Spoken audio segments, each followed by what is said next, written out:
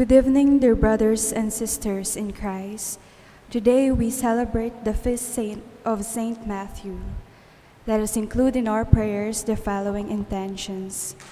For the thanksgiving of Rainier and Aurora Razon for their 34th wedding anniversary, Malyare and Palo family, Milagros Aison, Erlinda Torres, for the birthday thanksgiving of Donna Sombilio, Virgilio David, Joan Tayag, Rowena Y. Espiritu, Janet Villanueva, Eliza Denise Gamboa, Isa Marie Rivera, Roniel Garcia, for the special intentions of Carla Alvarez, Remedios Alipio, Phil and Janet Castro and family, Malyare and Palo family, TJ Barcelon, for the good health and healing of Conching Galang Malonzo,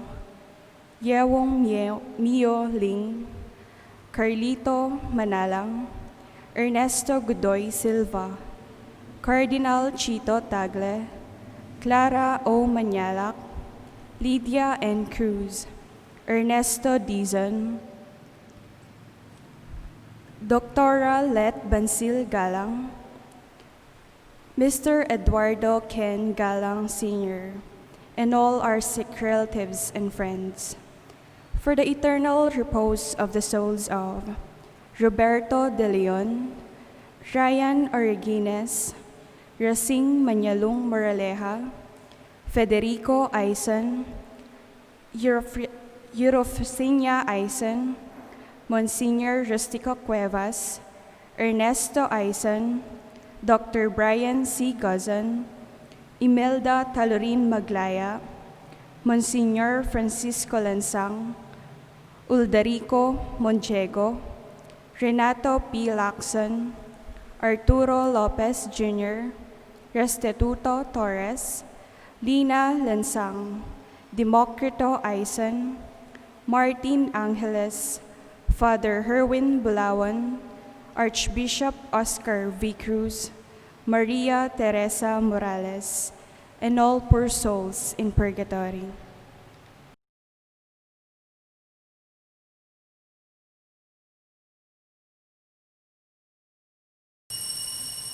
Let us all rise to honor and glorify the Lord by singing the Ancients hymn.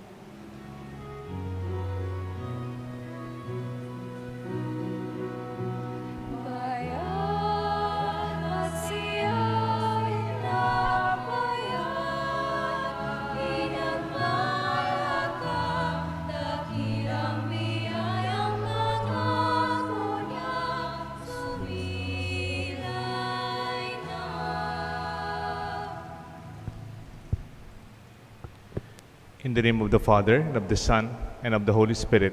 Amen. The grace of our Lord Jesus Christ, and the love of God, and the fellowship of the Holy Spirit be with you always. And with your spirit. Good evening, my dear friends. Good evening, Father. Today we celebrate the feast of one of our evangelists, Saint Matthew. He's a true Jewish scholar. If you read the Gospel of Matthew, it's very orderly, very systematic, and very organized. He's a very, very intelligent man.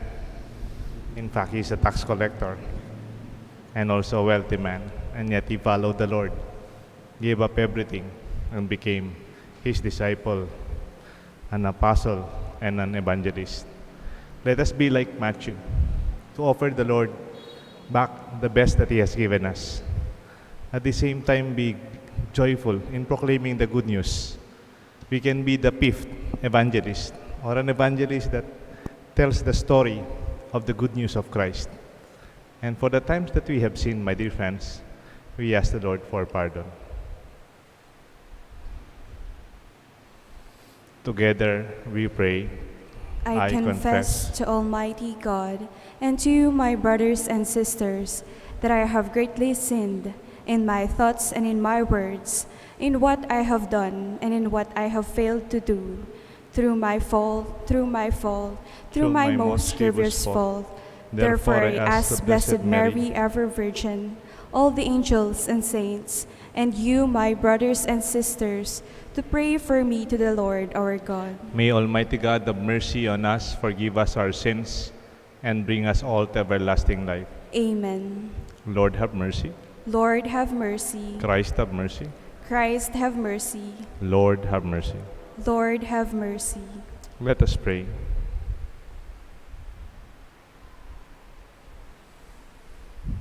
O God, who with untold mercy were pleased to choose as an apostle Saint Matthew, the tax collector, that sustained by his example and intercession, we may merit to hold firm in following you.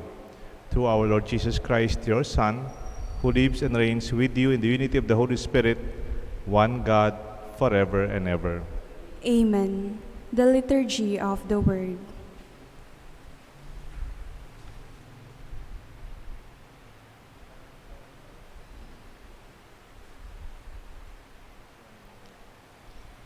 A reading from the letter of St. Paul to the Ephesians. Brothers and sisters, I, a prisoner for the Lord, urge you to live in a manner worthy of the call you have received, with all humility and gentleness, with patience, bearing with one another through love, striving to preserve the unity of the Spirit through the bond of peace. One body and one Spirit, as you were also called to the one hope of your call. One Lord, one faith, one baptism, one God and Father of all, who is over all and through all and in all. But grace was given to each of us according to the measure of Christ's gift. And he gave some as apostles, others as prophets, others as evangelists, others as pastors and teachers, to equip the holy ones for the work of ministry, for building up the body of Christ, until we all attain to the unity of faith and knowledge of the Son of God, to mature manhood, to the extent of the full stature of Christ. The word of the Lord. Thanks be to God. Responsorial Psalm. Let our response be, their message goes out through all the earth. Their message goes out through all the earth. The heavens declare the glory of God, and the firmament proclaims his handiwork. Day pours out the word to day, and night to night imparts knowledge. Their message goes out through all the earth. Not a word nor a discourse whose voice is not heard. Through all the earth their voice resounds, and to the ends of the world their message. Their message goes out through all the earth. Let us all rise to honor the Holy Gospel.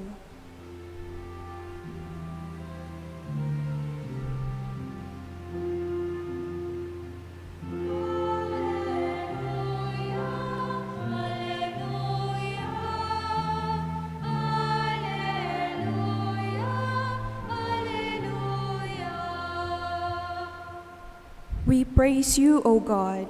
We acclaim you as Lord. The glorious company of apostles praise you.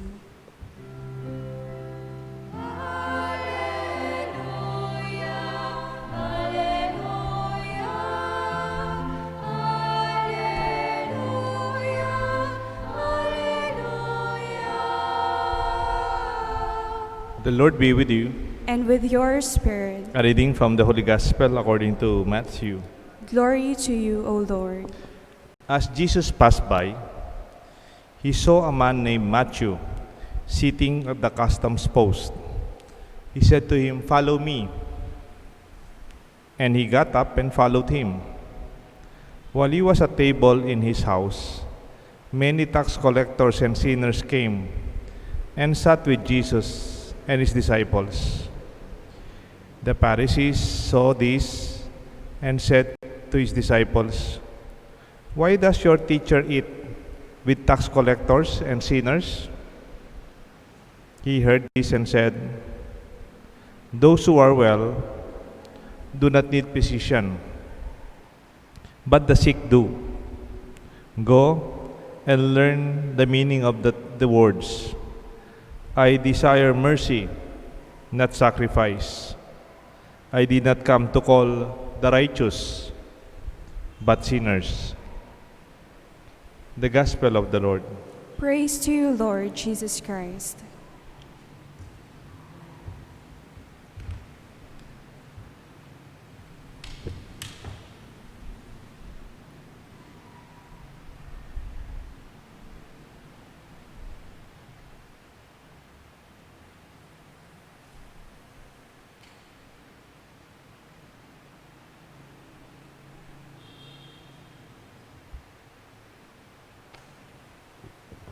In the name of the Father, the Son, and the Holy Spirit. Amen.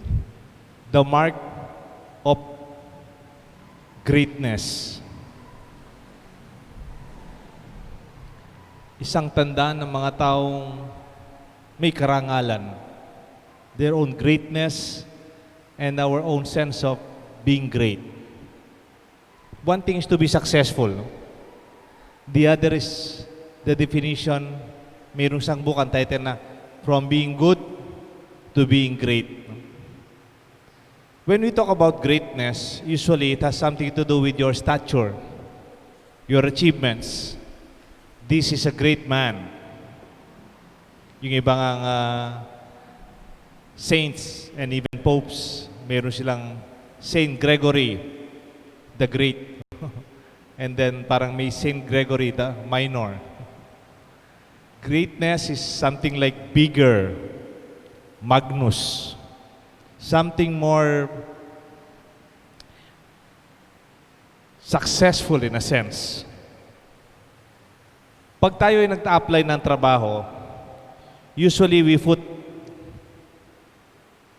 pag tayo nag-apply ng trabaho, karamihan, siyempre, isasubmit natin yung ating best achievements and qualifications.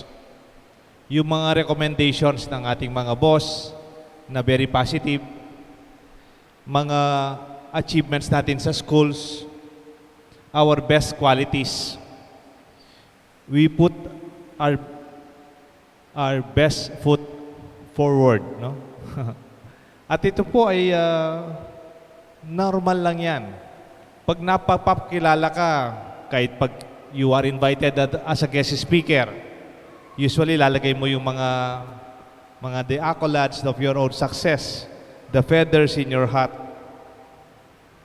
Those are part of your achievements. But when you talk about greatness, actually, one real mark or sign of a great man is in humility. You will be surprised, great men and women are humble men and women. Hindi sila mayabang. Hindi sila kailangan mabanggit ang pangalan. They even don't have to be recognized. No big deal if they are not even known or hindi man sila napasalamatan or if their names are not mentioned. It takes a lot of confidence and self-assurance to be humble. Yung mga humble na tao, yan ang mga taong naniniwala talaga sa sarili. I have nothing to prove to you. Wala naman akong kailangan patunayan sa ibang tao. A sign of greatness, therefore, is humility. A humble person heals. Halimbawa, nag-aaway yung dalawang tao sa pamilya. May konting usapan sa bahay, sa magkakapatid. Kung minsan magkakaroon ng healing yung relationship, is one of them is humble.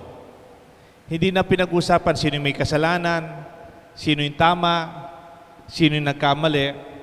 If one among the two is humble, I tell you, there will be grace, there will be healing in family. Lalo na kung yung dalawa may humility, all the more it will be more gracious. Pero pag parehong magkapatid, parehong proud, o kaya yung magkaibigan, parehong may pride, o yung may kasawa, hindi na natin pag-usapan sino yung nagkamali, pero walang kababa ng loob sa mag-asawa, I tell you, it takes a long time before this gets healed. Ego can be a hindrance to the growth and deepening of relationships. Yung ako, kuminsan ang kalaban ng pagpapalalim ng ating samahan. Ego hinders sharing and sincere giving. Ego covers the value of humility, selflessness, and kindness.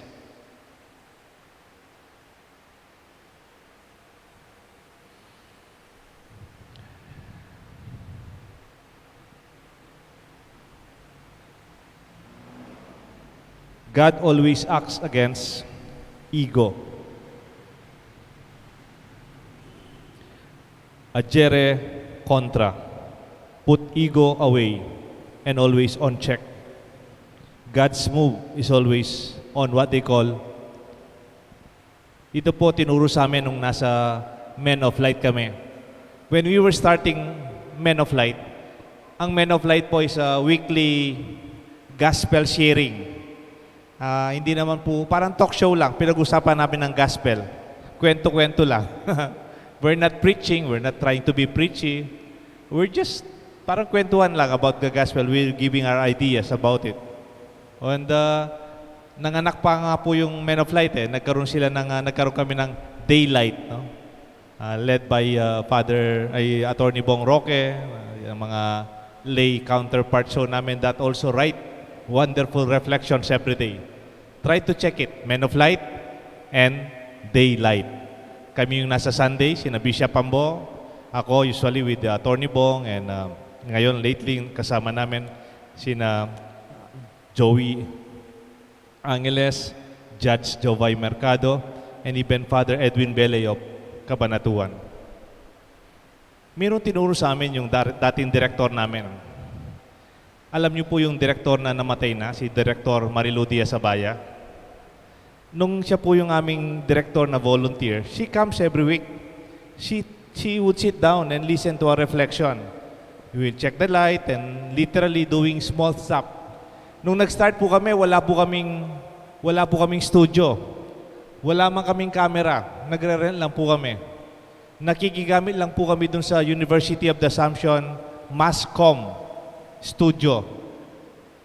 Ang nakakatawa nun, habang may klase yung mga estudyante, hanggang alas 5:30, nasa koridor po kami, maghihintay na matatapos yung klase. Pagkalabas ng mga estudyante, doon pa lang po kami papasok. Kasama namin si Director Marilu Diaz-Abaya. Ayusin namin mga upuan, set up, kakain kami sa koridor. And you know, pag nagugas ng plato, sama-sama kami. We've been with Bishop Ambo. Isang word ang tinuro sa amin ni Director Marilu Diaz-Abaya. Kahit marami na yung mga artistang nakasalamuhan niya, naging successful filmmaker po siya, meron siyang tinurong isang word. Ang tawag niya, egolessness. Can you repeat that? Egolessness. To be without ego. Egolessness. Kung kailangan kong maghugas ng plato before we tape, kailangan kong tumulong maglinis ng studio, nung kailangan kaming, kuminsan, Bishop Ambo, Bishop na, tatayo, kukunin yung plato ko, ako na Deo, para hindi ka mahirapan, no? Ipipick up yung mga plato namin ng obispo, idadala niya doon sa kusina, walang boss. Egolessness. The good thing about this, it makes relationship wonderful. You are like friends, equal. Hindi pinag-usapan yung ranko. Hindi pinag-usapan yung posisyon o kung sino yung mas marunong. Siyempre, si Bishop Ambo. But when we talk, it's without ego. In other ways, it's also called humility. I think, my dear friends, this is what the gospel tells us. He said, those who are well do not need a physician, but the sick do. Learn from these words. It is mercy, not sacrifice,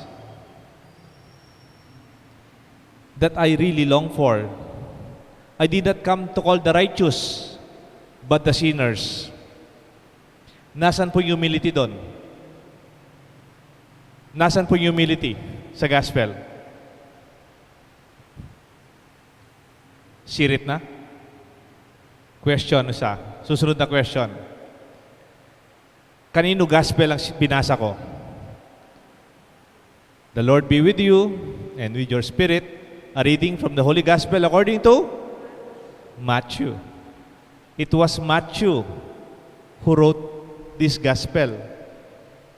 And this is the gospel that we celebrate today.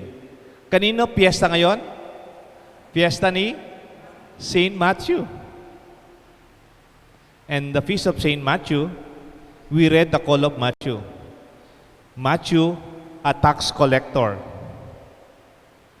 Mayaman, tax collector, I assume, during that time. And even intelligent and a good Jewish follower. He followed the Lord. Nung medyo nagkaroon ng intriga, may tumas yung kilay, sabi nila, ba't naman na nagkikisalamuha ang Diyos sa mga makasalanan at saka sa mga tax collectors during that time. And then it was written, those who are well do not need a physician, but the sick do. I do not desire sacrifice, but mercy. I did not call the righteous, but the sinners. Ano yung naintindihan natin? Matthew this time is actually writing about himself. Sino yung sinasabi niyang a person who need a physician? Sino yung the sick person? Who is the sinner? It is not the righteous but the sinners whom he call. Who is in need of mercy? It is me, Matthew, the writer of this gospel. Do you see the key of this gospel from the writer? This is how he described himself. Hindi niya pinakilala that I am an intelligent writer. I am an organized teacher and even an organized writer. Bishop Ambo, a biblical scholar, mentioned to us that Matthew, among the four, is one of the most logical, systematic in his own outline and gathering of the stories. Ako rin po, pag Matthew yung gospel, hindi po ako nahihirapan to understand the good news. This guy, this evangelist, is a genius. May nagsasabi siya, mayroon nga siyang OC, yung parang yung meticulous sa kanyang detalye. And indeed, he is. He did not write this out of accident. He really write it as a sign of his humility. I could therefore conclude that Saint Matthew is not only apostle, an evangelist, is also a great person because of his humility. Sino po sa inyo yung nakakaintindi sa martial arts? Ako po hindi ako nakakaintindi sa martial arts.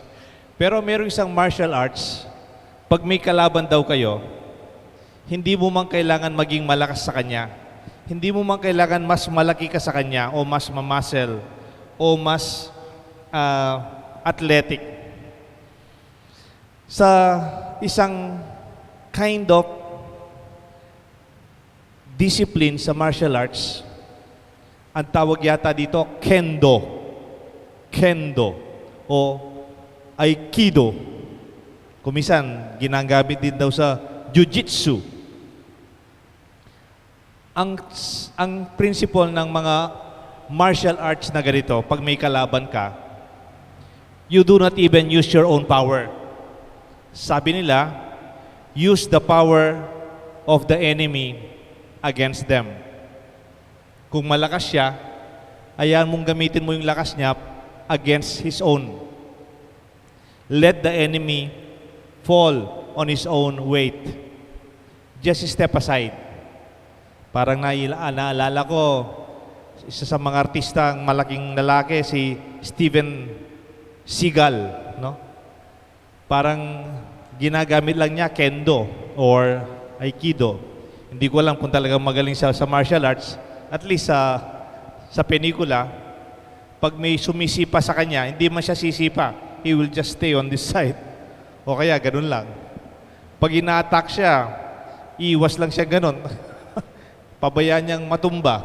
Pabayaan niyang masaktan sa sarili niyang lakas. Di ba ganyan din po sa sumo wrestling? Hindi naman madalas yung pinakamalaki, mas mabigat na nanalo o yung mas malakas. It is one who allows the other one to fall on their own weight and their own strength. Sometimes humility is the same way. Pag may kalaban po tayo, hindi naman munang pataasan ng pride yan. Pataasan ng galing o pataasan ng kilay in a sense na para bang mas magaling ako sa iyo, mas kaya ko yan, mas may abilidad ako. You just allow them to fall on their own mistakes. Hindi mo man kailangan patulan. This is how Matthew solved the problem. when Jesus was called, He worked and He lives with sinners and tax collectors. Narinig ni Matthew yon kasi si Jesus nasa bahay ni Matthew. A tax collector he is and a sinner. Hindi man niya po kinontrahan, hindi man po wala sinabi si Matthew, ang sinabi niya, totoo nga, dumating naman ng Diyos, hindi naman para sa mga mabuting tao lamang, dumating siya para sa mga makasalanan. Hindi naman dumating si Jesus para sa sakripisyo natin, dumarating din dito para sa pagpapatawad.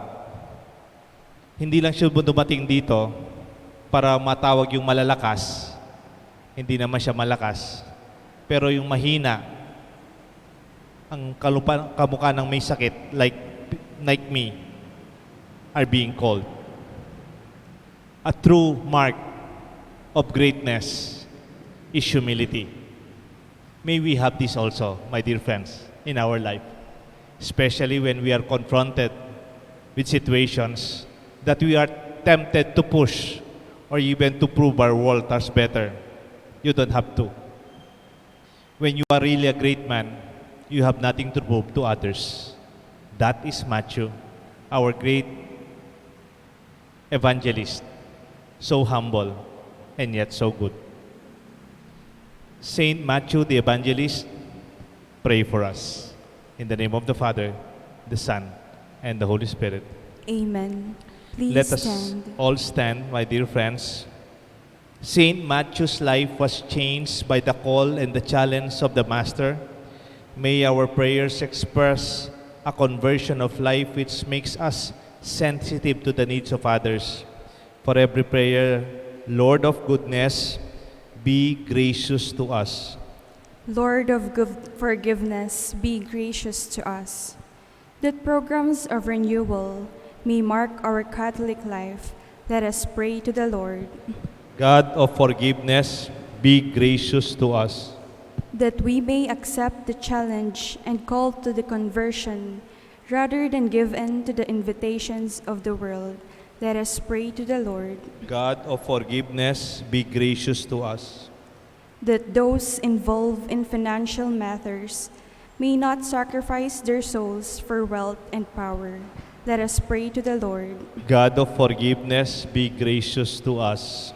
That the spiritually infirm may seek help in the sacrament of healing, let us pray to the Lord. God of forgiveness, be gracious to us. That the dead may be forgiven of their sins, let us pray to the Lord. God of forgiveness, be gracious to us. Let us pray for the urgent concerns of our community and our personal intentions. Let us pray for the 34th wedding anniversary Thanksgiving of Brother Rainier and Aurora Rason, for the intentions and Thanksgiving of the Malyare and Palo family, Erlinda Torres and Milagros Aison, for the birthday Thanksgiving of Donna Sombilio, Janet Villanueva, Virgilio David, Alicia Denise Gamboa, Joan Tayag, Aisa Marie Rivera, Rowena Espiritu, and Roniel Garcia. For the intentions of Carla Alvarez, Malyare and Palo family, Remedios Alipio, TJ Barcelon, Phil and Janet Castro and family. For the healing and good health of Doctora Let Bangsil Galang, Mr. Eduardo Kerr Galang Sr., Yung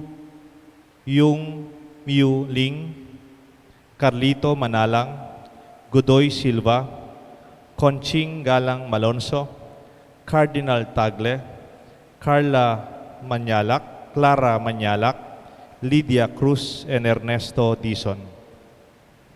We pray for the intentions, for the eternal repose of the souls of Roberto De Leon, Uldarico Mondiego, Ryan Origines, Renato Lacson, Racing Racing Manyalung Moraleja, Arturo Lopez Jr., Federico Aizon, Restituto Torres, Eufrosinia Aizon, Lina Lansang, Monsignor Rustico Cuevas, Democrito Aizon, Ernesto Aizon, Martin Angeles, Dr. Brian Gozun, Father Erwin Bulaon, Imelda Taliorin Maglaya, Archbishop Oscar Cruz, Monsignor Francisco Lansang and Maria Teresa Morales.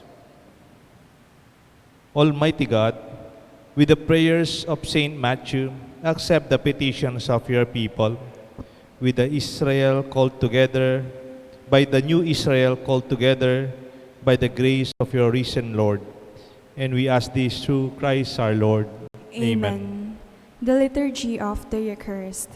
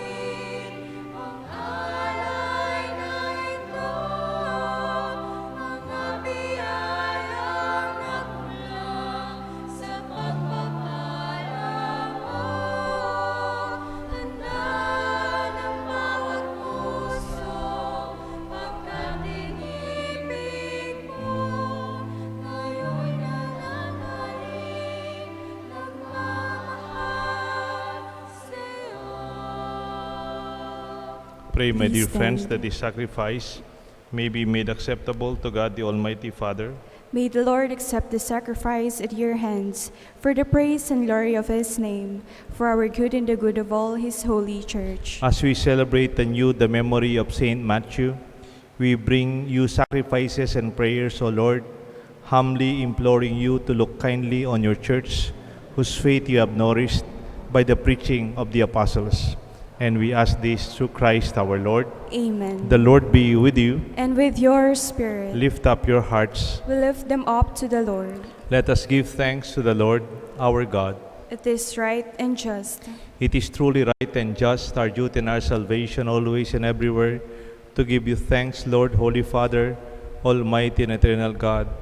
For you, the eternal shepherd, do not desert your flock, but through the blessed apostles like Saint Matthew, watch over it and protect it always, so that it may be governed by those you have appointed shepherds to lead in the name of your Son, so that with the angels and archangels and with the hosts and powers of heaven, we sing the hymn of your glory. Without end, we acclaim.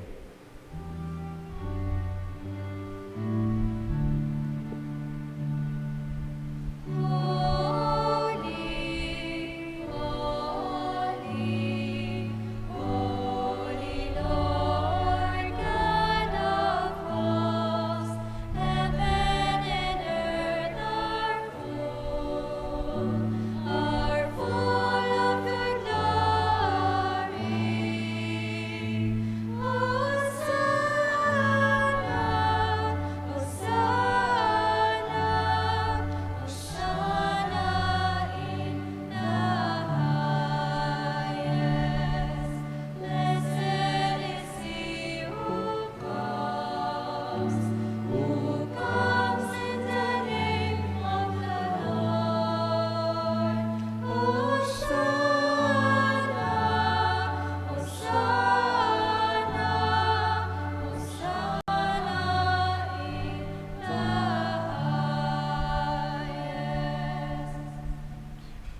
You are indeed holy, O Lord, the fount of all holiness.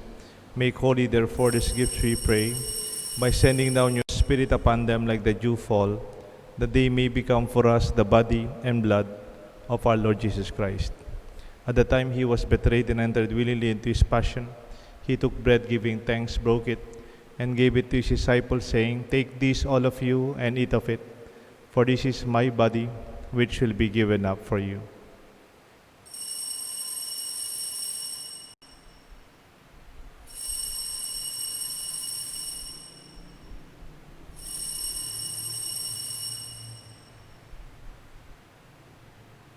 In a similar way, when supper was ended, he took the chalice.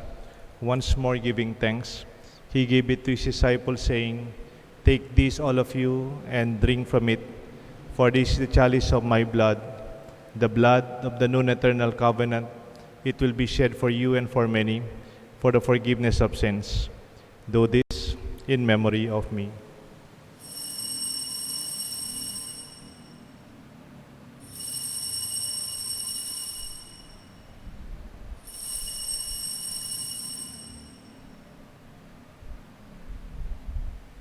Let us proclaim the mystery of faith.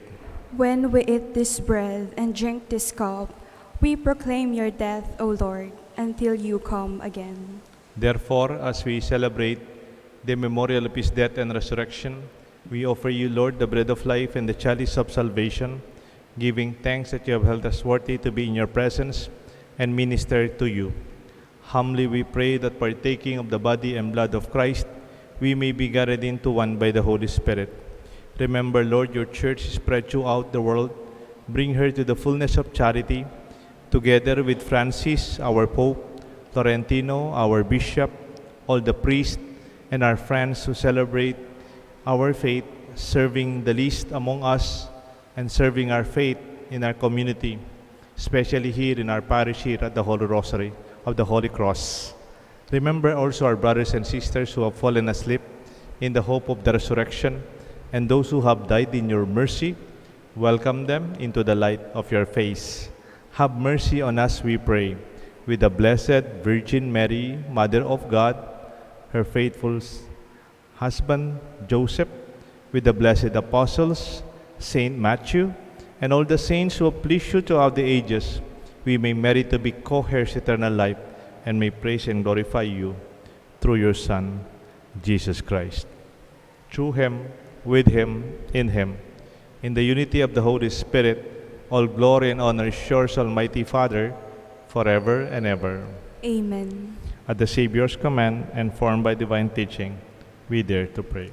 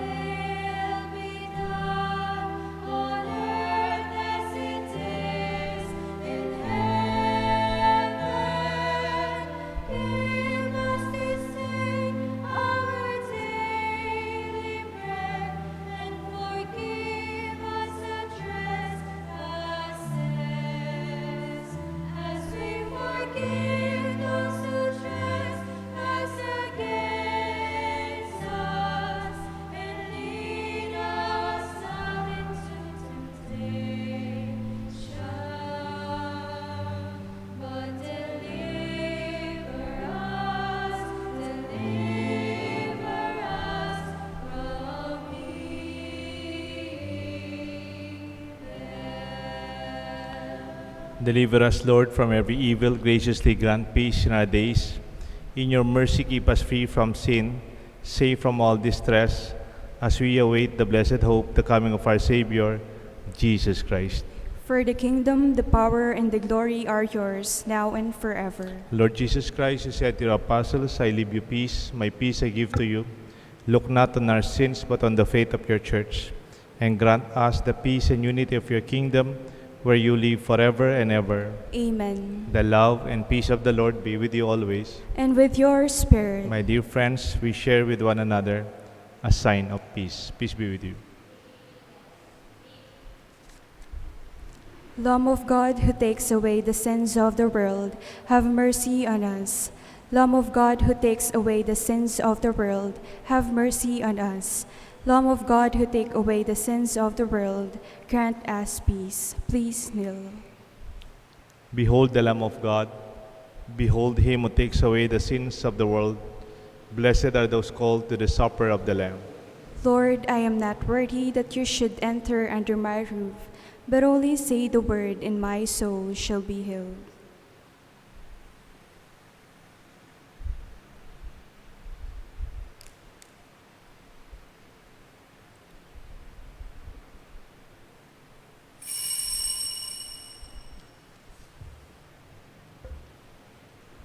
Act of Spiritual Communion. My Jesus, I believe that you are present in the most holy sacrament. I love you above all things, and I desire to receive you into my soul. Since I cannot at this moment receive you sacramentally, come at least spiritually into my heart. I embrace you as if you were already there, and unite myself wholly to you. Never permit me to be separated from you. Amen.